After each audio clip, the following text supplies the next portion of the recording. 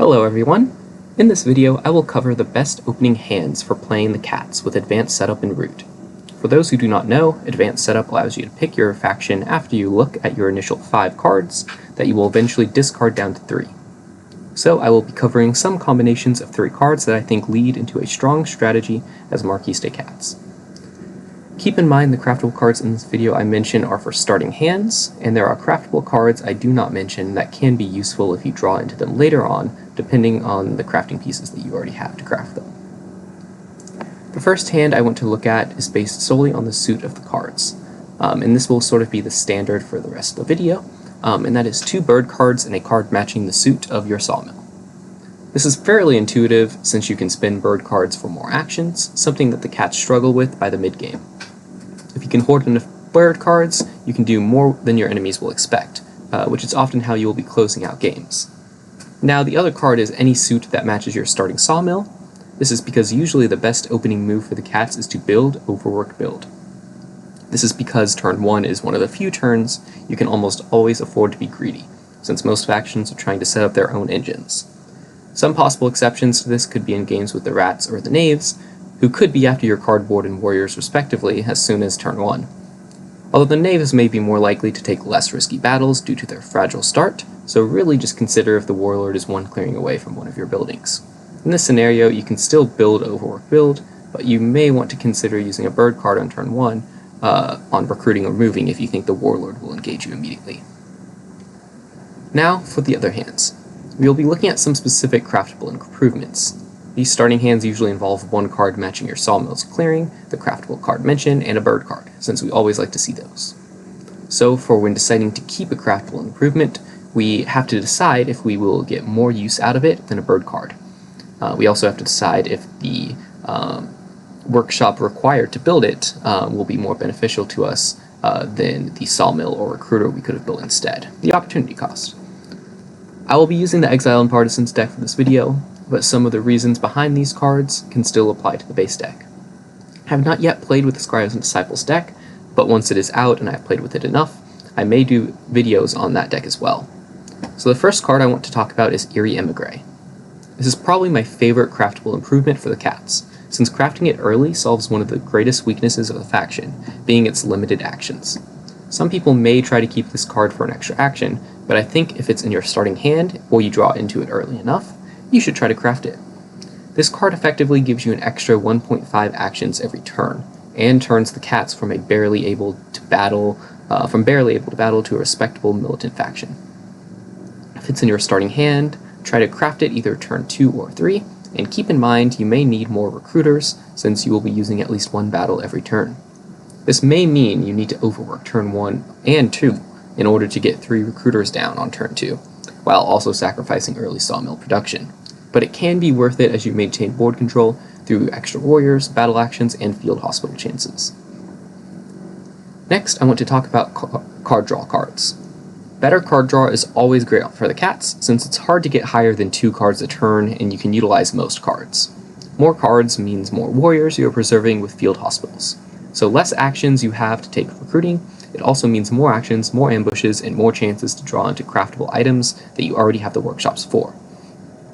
I'm including Swap Meet, Charm Offensive, and Marine Broker as card draw cards that can replace a bird card in your starting hand. All 3 of these can be good crafts to focus on early based on the situation. Possibly the most situational is Marine Broker, so I will cover that one first. It's situational because first you need to analyze the crafting potential of your opponents. If you're playing with factions like the Otters or Crows who rely on crafting to score significant points, it may be a good idea to benefit from that. If you're playing with a Hammerless Vagabond, Small Mole, or Lizards, you will be getting less value out of this card. It's important to think about this because Marine Broker is also an expensive card to craft. It takes 2 mouse crafting pieces, and since there are no items that require 2 mouse crafting, you will likely not be able to utilize the extra workshop for anything you can draw into throughout the game. Like if it were to use 2 Fox or 2 Bunny, where you could draw into swords or coins. Marine Broker is a high-potential, high-cost craftable card that could be amazing in certain situations. Now, covering Charm Offensive and Swap Meet, they are both good in nearly all situations. Bunny crafting pieces are a great workshop to have at the start because if you draw into coins or coffin makers, all you have to do is put down another building that's netting you an efficient 2 victory points for 1 wood anyways. Swap meet is good for fishing for bird cards, ambushes, or coins off of your opponents, while you give them back junk neither of you want. Charm offensive means more cards, which means anything from more field hospital capability, more actions, and more points. As long as there is an opponent you don't mind feeding victory points to, there is little risk. Think about it this way. If the opponent who has been receiving your points doesn't win, you have been drawing an extra card every turn for free. Beware that if they do win, the whole table will blame you and remind you of that fact for several games to come. Both Swap Meet and Charm Offensive can both even be crafted on turn 1. You could even potentially have both Swap Meet and Charm Offensive in your starting hand, replacing 2 bird cards if you're feeling crazy. The last craftable card I want to talk about is Coffin Makers. If there's a card that will incite a large sigh from the rest of the table, it's going to be this one. If this is in your starting hand, I would consider plans to craft it within the next few turns, but like everything in Root, you should consider the other factions in play. If you are not surrounded by bloodthirsty factions that want to battle consistently, you may actually want to skip this opening.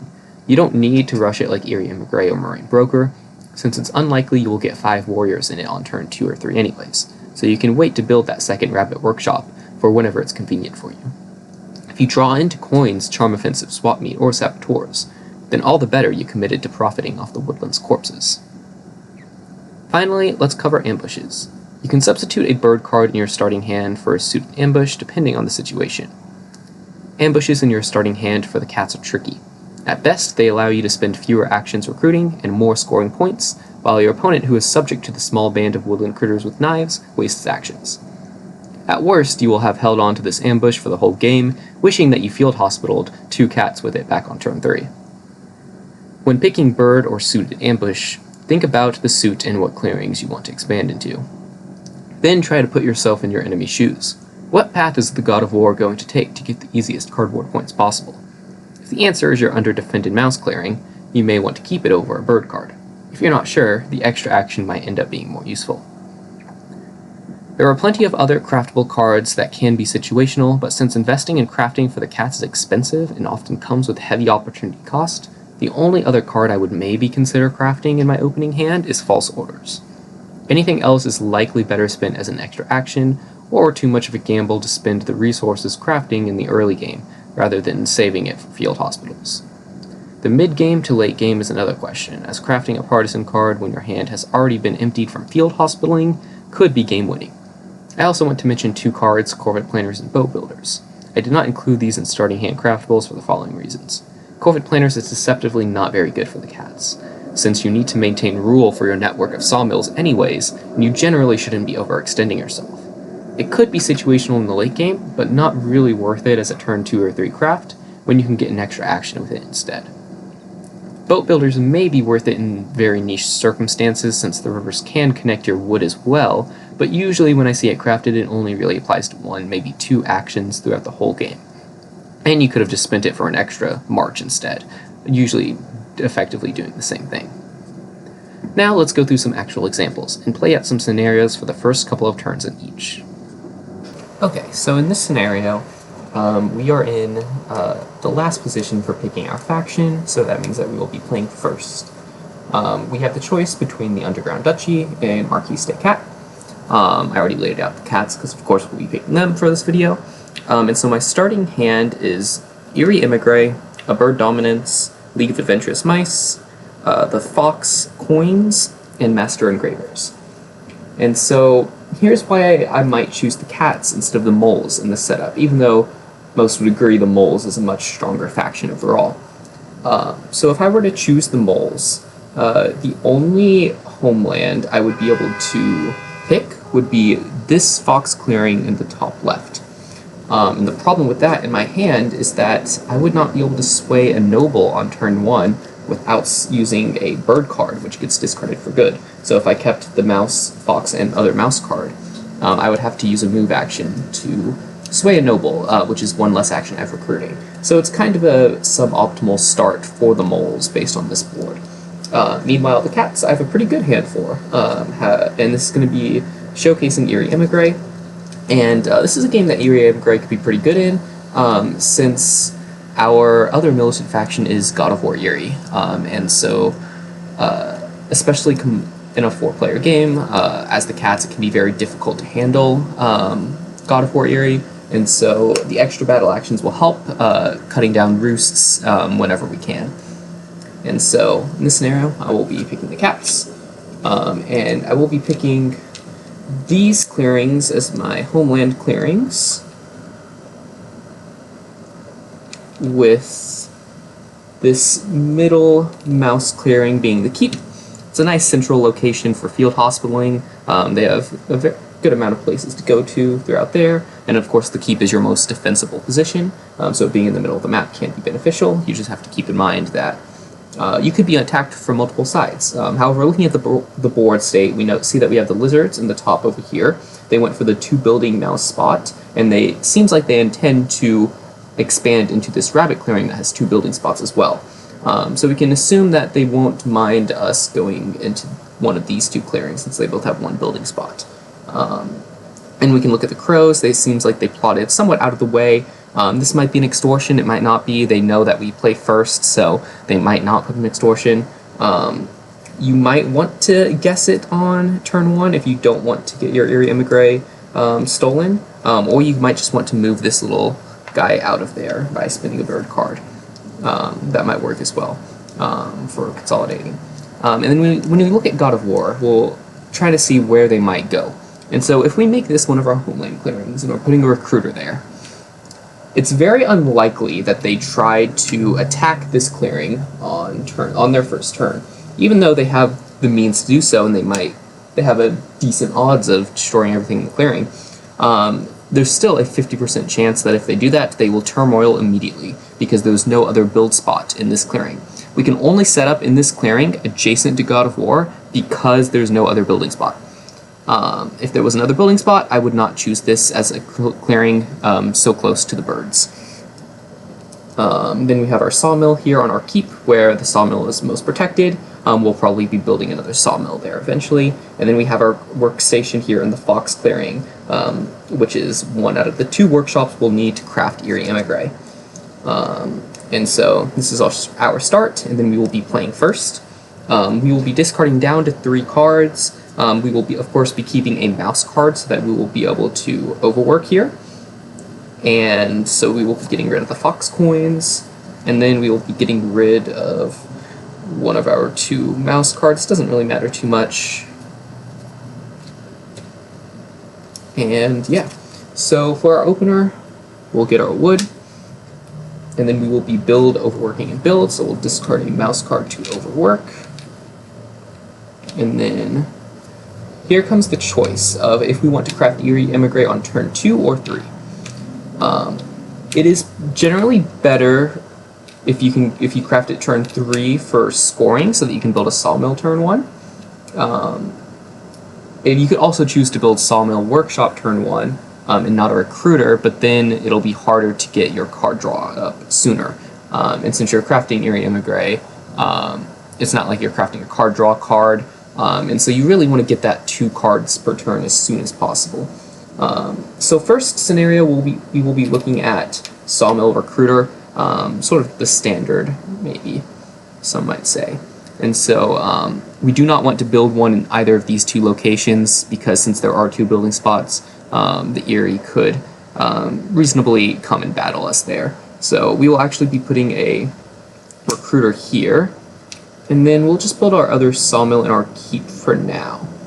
I'm not building in this fox clearing, only because depending on where the Eerie attack, one of these 2 fox clearings needs to be where we place our workshop in order to craft Eerie Emigre.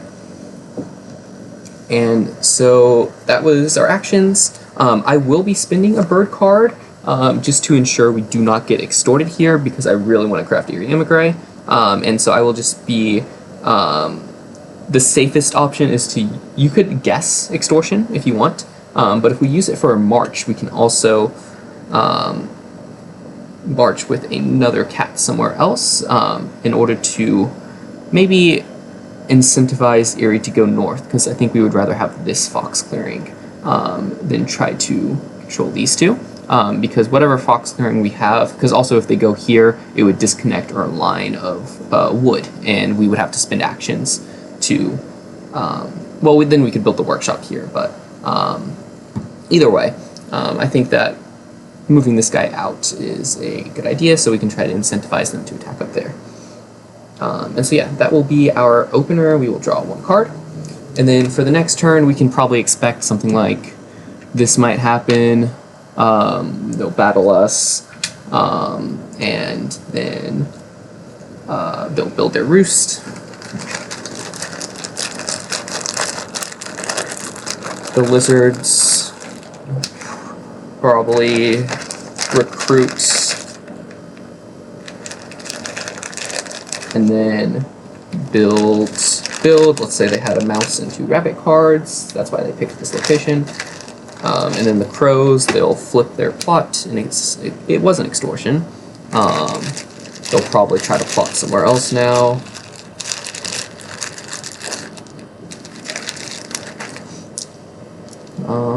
We'll have them recruit. They won't recruit in mouse because that's our keep clearing. We'll have them recruit in fox, which is probably the worst for us.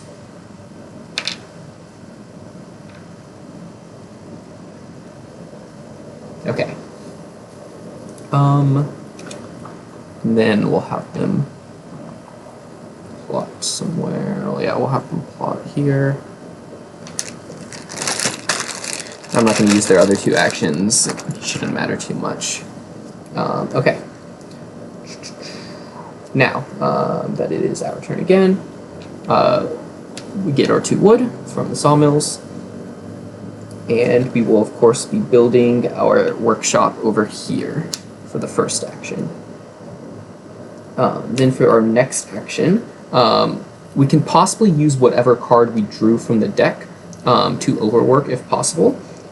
So ideally, your second sawmill would have gone into a clearing of a different suit to maximize the chances that you could overwork if you want to get a second recruiter up this turn. And so let's say... let's just cut the deck. Let's see if I did or not.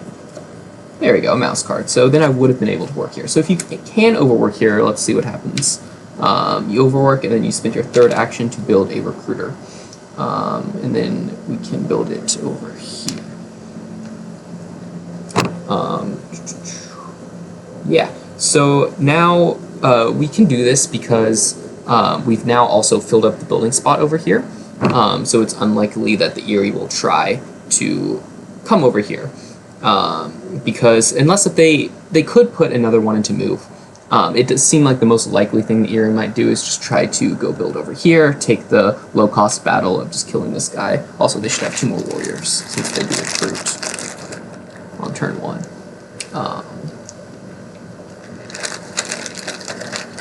Okay. If you want to, instead of building this recruiter, you could just keep the extra wood that you have and then recruit to be safe. But we'll do this riskier play for now. And then next turn comes along, and as long as these workshops are not destroyed, we have our Eerie Emigre crafted. We're also drawing 2 cards a turn now, so we would have drawn 2 cards just then. And now we can be focusing all of our efforts on recruiting and building as much as possible, building with all the wood that we get, and then every turn we'll have a free battle that we'll probably start using to try to attack some roosts or some Corvid plots. We could have also, there's a chance that they could have stolen our Eerie Emigre there, but of course you cannot predict everything in Root, and so that is part of the risk as well of crafting Eerie Emigre on turn 3. If we didn't get that extra recruiter, it's fine. We would have just drawn 1 card at the end of the turn if we were not able to overwork there as well. Okay, so let's look at the situation where we want to craft it turn 2 immediately. Let's get back those cards. Try to bring things back to how it was.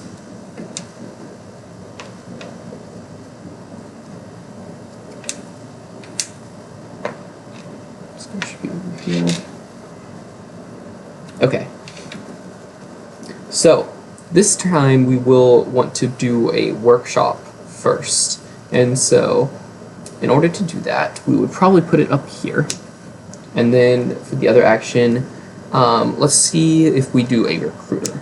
So this way it's going to be a lot harder to...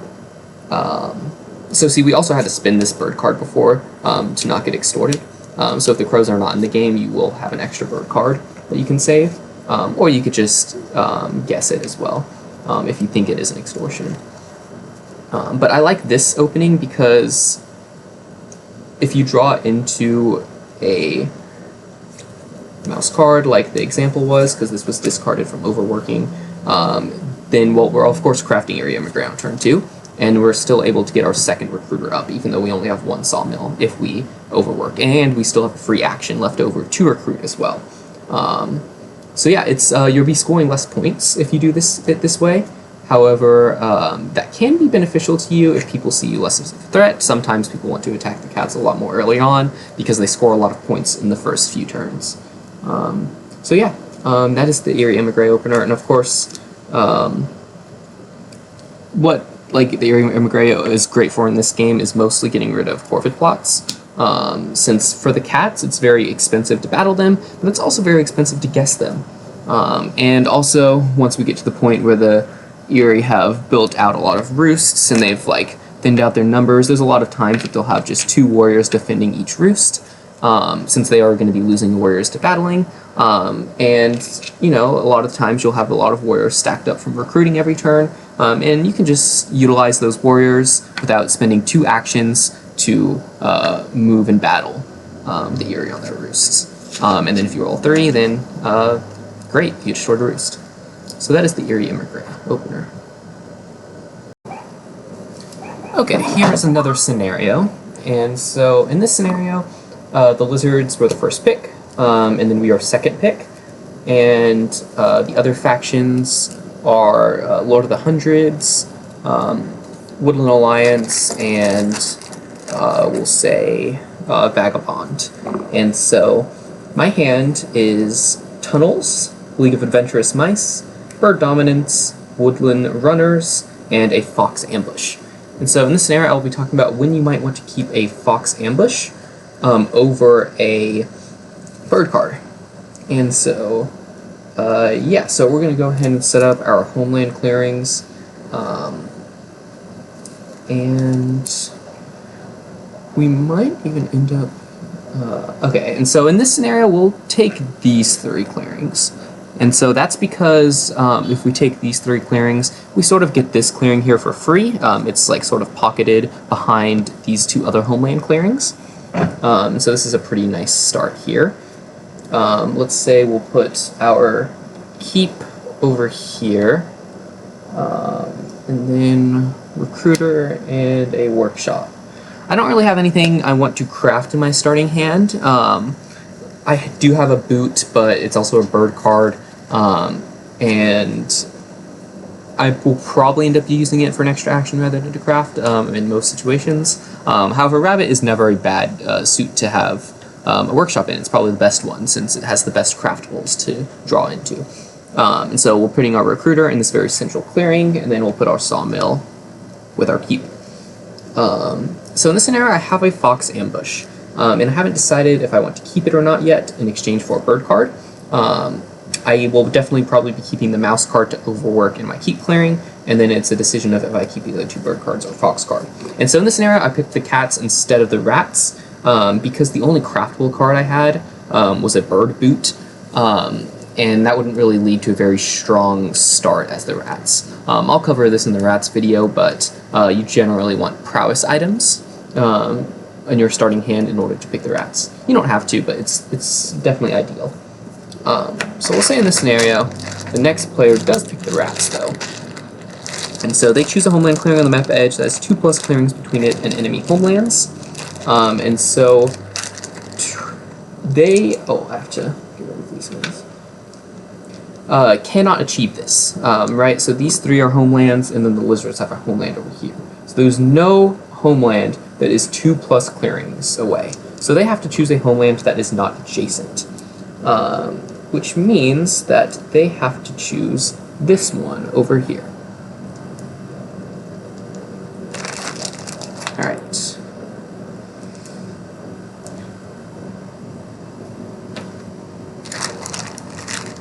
So now I'm looking at the game like, okay, the rats are, and then let's say the last person picks Woodland Alliance, so there's nothing on the board after that.